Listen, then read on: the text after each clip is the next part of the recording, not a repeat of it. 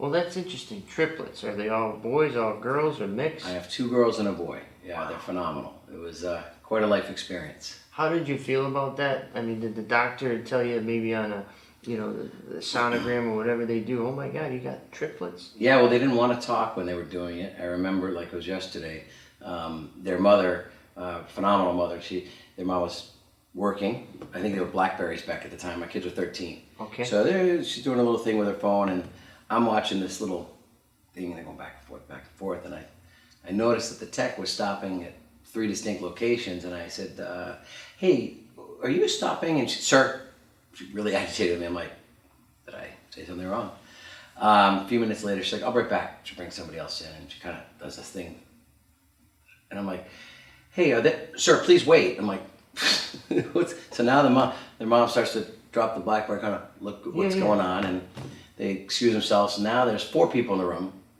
And then finally I interjected and said, holy cow, are you stopping at 3 separate spots? Do we have triplets? All of a sudden I just heard this. Oh. And it was their mother's phone hitting the floor. As the years go on, I think 2020 is probably a worse year than 19, worse year than 18. Compromise seems to go out the window a little bit. Yep. And like you say, we don't want anything, we don't want anything. People go so far down, away from compromise when if everybody would try to be a little, it's a social media thing, right? If everybody would try to be a little bit more educated before they draw on a conclusion, you'd be closer to center on a lot more issues. I find that honestly, there's a lot of criticism of Rhode Island being closed for business and difficult to do business in. I think any smaller market tends to have its quirks, but I found Rhode Island okay to do business in.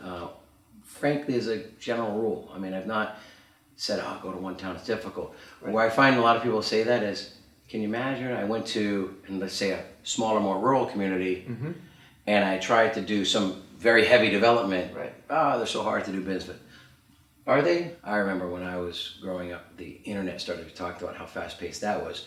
Social media moves, I mean, it is, I guess, a subset of the internet, but it's really made the internet more of a piece of, even though it's not hardware, but like a piece of the infrastructure. Right. Social media sits on top of it, and it moves fast, and it can be very influential, and there's a lot of dollars behind it. I think more than the average American knows. Like I said, we have several businesses, and you step back and some of these clients say, oh yeah, I spend $10 million a month on Instagram.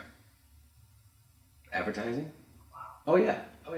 I'm scared of it because, as we know, big ships turn slowly. There's no bigger ship in our world than the government.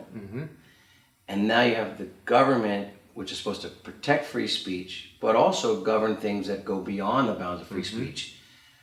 And if we thought it was bad when newspapers used to write it, we thought it was bad when the internet came out, social media speed is mind-numbing.